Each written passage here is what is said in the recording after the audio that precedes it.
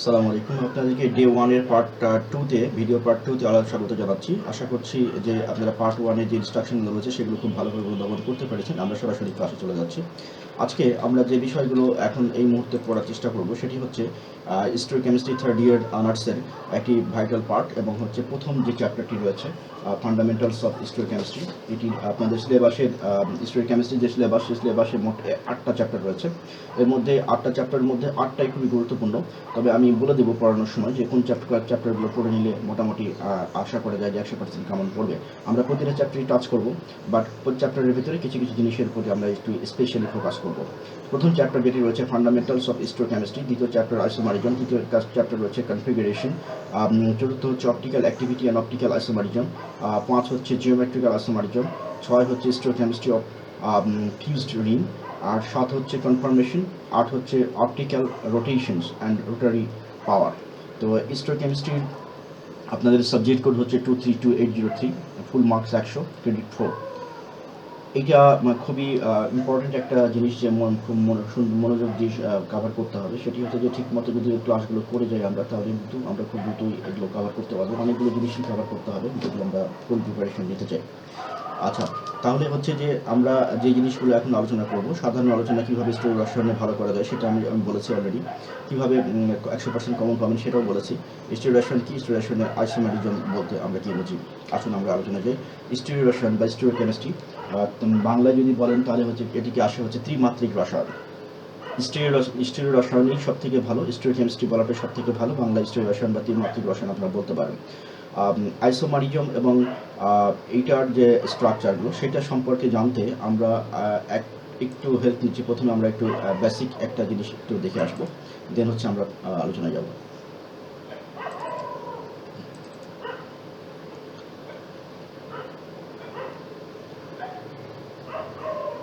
আমরা একটা বেসিক জিনিস দেখার জন্য এখানে এসেছি।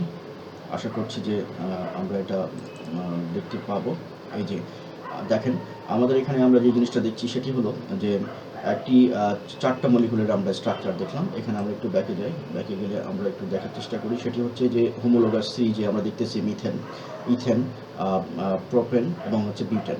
মিথেন, ইথেন, প্রোপেন এবং বিউটেন এটির ডিফার বাই CH2, অর্থাৎ একটা মলিকুল থেকে আরেকটা মলিকুলের যে ডিফারেন্স সেটি কিন্তু CH2 মূলকের বা রেডিক্যালের পার্থক্য শুধু রয়েছে, আর কিছু কিন্তু নেই। কার্বন এবং হাইড্রোজেনের এলিমেন্ট কার্বন এবং হাইড্রোজেন দিয়ে গঠিত। আমরা আইসোমারিজম বোঝার আগে আমরা কতগুলো বেসিক জিনিস বোঝার চেষ্টা করছি। যে দেখেন এখানে যে পরমাণুগুলো একটা মলিকুল, সেই মলিকুলের এগুলো হচ্ছে পরমাণু। তো এই পরমাণুগুলো একে অপরের সাথে সবগুলো যখন কম্বিনেশন হচ্ছে, দেখেন সবগুলো কালার কিন্তু একই, সবগুলোর কালার একই। এখানে লক্ষ্য করার বিষয় হচ্ছে এখানে যে কালারগুলো রয়েছে, এখানে যে কালারগুলো সবগুলো একই, শুধুমাত্র কি ডিফারেন্স আছে, এখানে অ্যারেঞ্জমেন্ট ভিন্ন রয়েছে। তার মানে আমরা কি জিনিস দেখলাম হচ্ছে যে কালার কিন্তু একই, কালার কম্বিনেশন একই, কিন্তু অ্যারেঞ্জমেন্টটা ভিন্ন রয়েছে। অর্থাৎ হচ্ছে যে একটা অণুতে পরমাণুসমূহের অ্যারেঞ্জমেন্ট বা ডিসপোজিশন বা বিন্যাস, সেটি হচ্ছে ভিন্নতা। এই ভিন্নতা যেটা রয়েছে এটাকেই বলা হচ্ছে আইসোমার। আর তাহলে আইসোমার আর এই প্রক্রিয়াটাকে বলা হচ্ছে আইসোমারিজম বা সমানতা বলি আমরা। এগুলোকে বলা হচ্ছে বাংলায় সমাণু আর ইংলিশে বলা হচ্ছে সমানতা। এটা উৎপত্তি হচ্ছে আইসো ইকুয়াল টু সেম ইকুয়াল থেকে, মার্স ইকুয়াল টু পার্ট থেকে, তাদের সমান অংশ আর কি, বাংলায় বললে সমান অংশ। দেখেন সবগুলোতেই একই ধরনের এলিমেন্ট বা পরমাণু দিয়ে যেগুলো গঠিত। আমরা যদি একটা এলিমেন্টকে এভাবে চিন্তা করি, এ একটা এলিমেন্ট, বি আর একটা মানে পরমাণু, ডি আর একটা পরমাণু, সি আর একটা পরমাণু। তো এখানে সি রয়েছে 3টা, ডি রয়েছে 1টা এবং এ রয়েছে 2টা। এগুলোকে যদি কতগুলো পসিবল অ্যারেঞ্জমেন্ট করা যায়, আমরা যদি অ্যারেঞ্জমেন্ট করতে চাই তাহলে এরকমভাবে আমরা পসিবল অ্যারেঞ্জমেন্টগুলো করতে পারি। দেখেন 1টা 2টা 3টা 4টা, তার মানে 4টা পসিবল অ্যারেঞ্জমেন্ট হলো। এগুলো কিন্তু সব চেইন আইসোমার।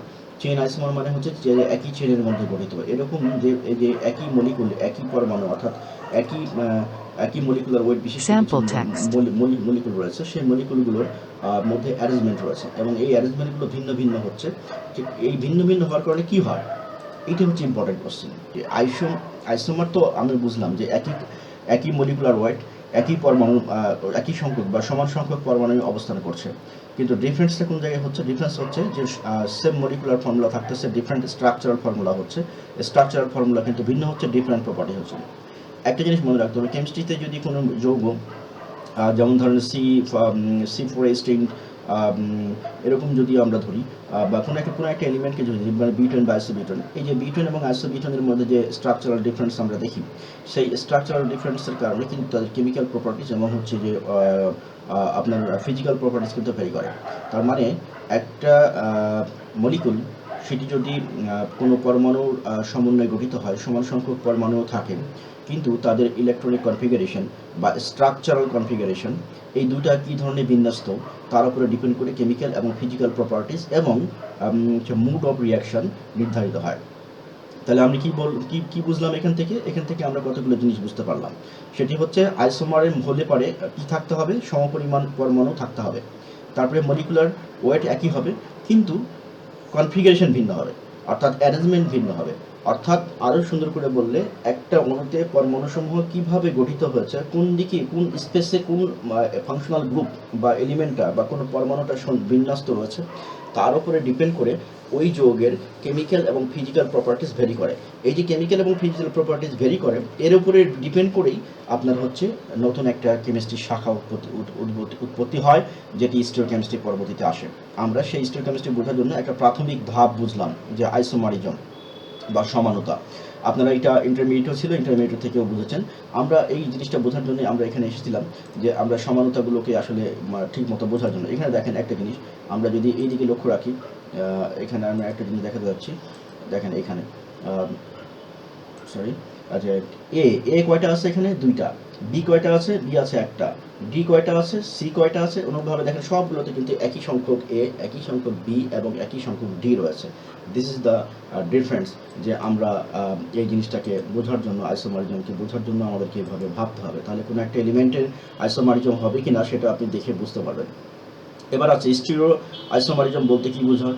স্টিরিও রসায়ন কি? তাহলে রসায়নের যে শাখায় এই যে অণুতে পরমাণুসমূহের ডিসপোজিশন নিয়ে আলোচনা করা হয়, তাকে আমরা স্টিরিও রসায়ন বলছি। আরও যদি সুন্দর করে বলেন, তাহলে হচ্ছে দ্য 3 ডাইমেনশনাল মলিকুলার স্ট্রাকচার। জৈব রসায়নের যে শাখায় অণুর ত্রিমাত্রিক আণবিক গঠন আলোচনা করা হয়, তাকে স্টিরিও রসায়ন বলা হয়। আবার বলতে পারেন the branch of organic chemistry which deals with the molecular structure in 3 dimensional reason, তাকে স্টিরিওকেমিস্ট্রি বলে। এই জিনিসগুলো কিন্তু মনে রাখতে হবে না, জাস্ট শুনলেই আপনার মনে হয়ে যাবে। এই ভিডিও বা অডিও প্রেজেন্টেশনের এই একটা বিশাল বৈশিষ্ট্য আমাদের, যে এইটা আমাদেরকে সবসময় মনে রাখতে হয় না, অনেক কথা আমরা শুনলেই কিন্তু বুঝে ফেলতে পারি। সো এই জিনিসগুলো আপনাদেরকে ভাবতে হবে, যে আমরা এটা খুব সহজেই এটা নিয়ে কাজ করতে পারি। এবং হচ্ছে স্টিরিও আইসোমারিজম বলতে আমরা এখন কি বুঝবো? তাহলে আইসোমারিজম বুঝলাম, স্টিরিও রসায়ন বুঝলাম, স্টিরিও রসায়ন বা স্টিরিওকেমিস্ট্রিটা বুঝলাম, যে আমরা মলিকুলার ওয়েট একই থাকবে, পরমাণুতে অণুসমূহের গঠনগুলো ভিন্ন হবে এবং অ্যারেঞ্জমেন্টগুলো ভিন্ন হবে, এবং অ্যারেঞ্জমেন্টগুলো ভিন্ন হওয়ার কারণে তাদের ফিজিক্যাল প্রপার্টিস ভিন্ন হবে, কেমিক্যাল প্রপার্টিস ভিন্ন হবে, তাদের হচ্ছে রাসায়নিক কেমিক্যাল রিয়াকশনের মোড ভিন্ন হবে, তাদের হচ্ছে দেখতে একই রকম লাগবে না, মানে স্ট্রাকচারটা মলিকুলার ওয়েটটা মলিকুলার ফর্মুলাতে একই হবে, কিন্তু স্ট্রাকচারাল যে ফর্মুলা, গাঠনিক যে ফর্মুলা, সেটা কিন্তু ভিন্ন হবে। তো এই যে বৈশিষ্ট্যগুলো যদি থাকে, তাহলে আপনি তাকে বলবেন যে স্টিরিও মানে সমানন বা আইসোমার বলবেন। এবং এই আইসোমারগুলোকেই আমরা যখন কেমিস্ট্রিতে 3 ডাইমেনশনাল স্পেসে বিবেচনা করব, তখন সেটাকে আমরা বলবো স্টিরিও রসায়ন। তার মানে স্টিরিও রসায়ন কিন্তু 3 ডাইমেনশনাল স্পেসে অ্যারেঞ্জমেন্ট করতে হবে। অর্থাৎ একটা অণুতে পরমাণুসমূহের যে 3 ডাইমেনশনাল বিন্যাস থাকে, তাকে আমরা স্টিরিওকেমিস্ট্রি বলবো বা স্টিরিও রসায়ন বলবো বা ত্রিমাত্রিক রসায়ন বলবো। তাহলে আপনারা এই প্রতিশব্দগুলো মনে রাখতে হবে। স্টিরিও রসায়ন কাকে বলে, স্টিরিও কেমিস্ট্রি কাকে বলে, তারপর হচ্ছে ত্রিমাত্রিক রসায়ন কাকে বলে, ত্রিমাত্রিক আণবিক গঠন বলতে কি বোঝায়, হ্যাঁ, 3 ডাইমেনশনাল মলিকুলার স্ট্রাকচার, ত্রিমাত্রিক আণবিক গঠন মনে রাখতে হবে, 3 ডাইমেনশনাল মলিকুলার স্ট্রাকচার।